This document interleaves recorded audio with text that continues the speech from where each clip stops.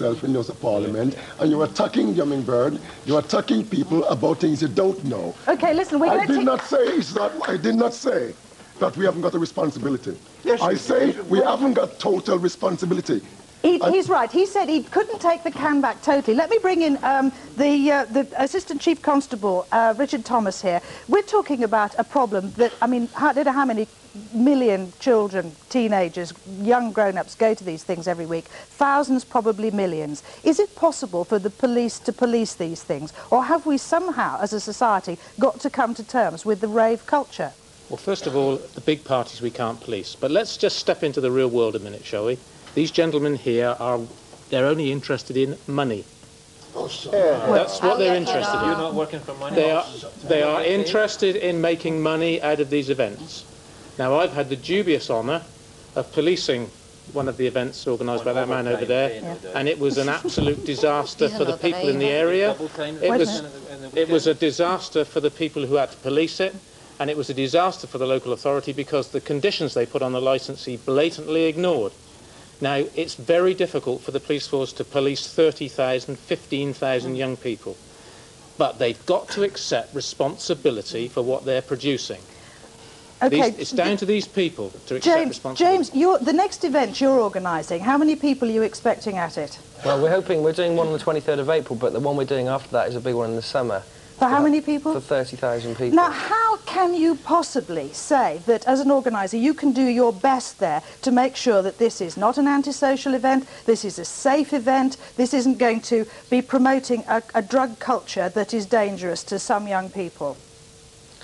Because we take every single precaution that's necessary, and is actually, I mean, the licence, if we were to get that licence, would be granted by the local council, and they would see myself as a fit and proper person in order to get that licence, and we would have all sorts of safety conditions actually put in order for us to make sure we police it. For example, we spend something like £40,000 on security. We'll be spending probably £10,000 on a private medical section to make sure that okay, listen, Richard, here he is. I mean, it sounds very plausible. Yes. And if he's given a licence and it is legal, who are we to say he shouldn't do it? I mean, there are big events like football matches and other big events that happen all the time that we never consider banning. Well, football matches are controlled very strictly by law, by the Safety at Sports Grounds Act, and they are much smaller events than 30,000 rave events. The local authorities give you a license. There's a lot bigger. Wembley Stadium's a lot bigger than 30,000. The local authority give you a licence, and they want you to comply with certain things in that licence. Which we do. And if you don't, you're fined.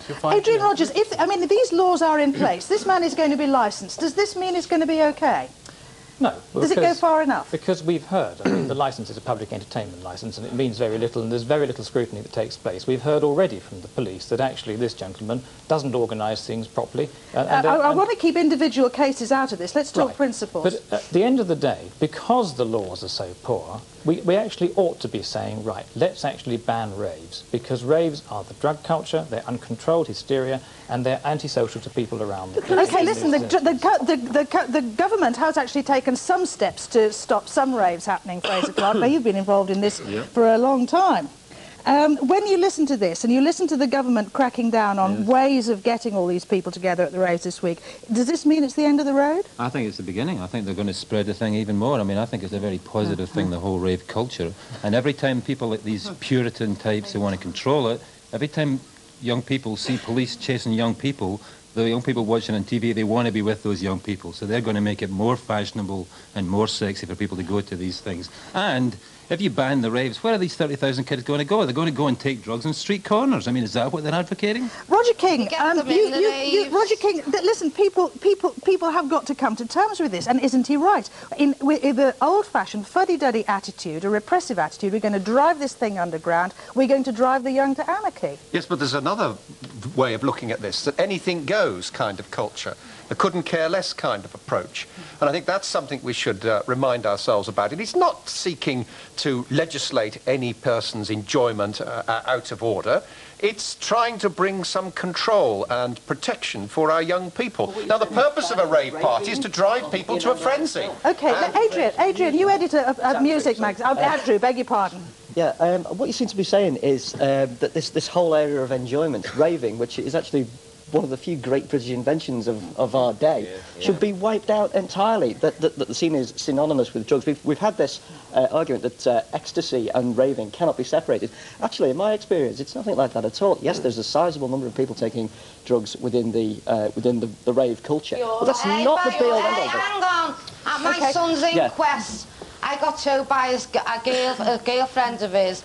He took it, she took it, and everyone in the rave took it. Well, let me tell you, I go out to clubs that play this kind of music, and great number of times, been doing it for years, and my immediate circle of friends, very few of them touch anything stronger than a bottle of lager. Certainly myself. Andrew, I'm told we're getting a lot.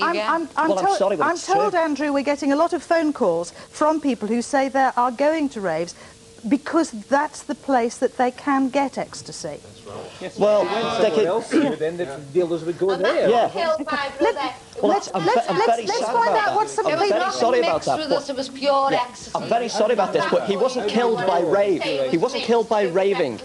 He wasn't killed by going to rave, he was killed by drugs. Just let me interrupt there and get some people in. Gentlemen, I wanted to say something. Hang on a second, Vera. He wasn't forced to take the drugs, though, was he? It was his own hands. Yeah, so it's his own fault, isn't it? He was given it to him by drug pushers. Yeah, but he didn't have to accept it. At the end of the day, let me ask you this, Debbie. I mean, he's got a point there. We are all responsible for our own lives, for our own bodies. At the end of the day, no one sort of hand the gun to his head and take it. I mean, is it, with the deepest sympathy in the world, is it really fair to pass the buck to someone else other than Brian? No, not really.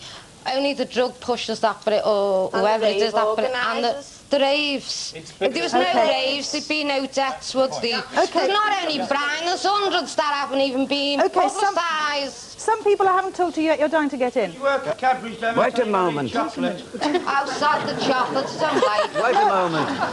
I've never actually been to a rave.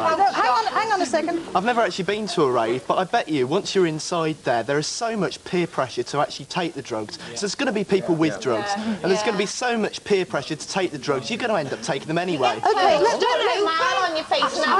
I just need a bit of hush here, because I want to introduce a guy called Rob, who we can't identify for a reason which will become obvious in a minute. Rob is behind the screen there. Rob, in the past, has actually sold ecstasy. Rob, is this true, what the guy in the audience was saying, that when you get to these raves, there is so much peer pressure to take the drug that it's very hard for some people to say no?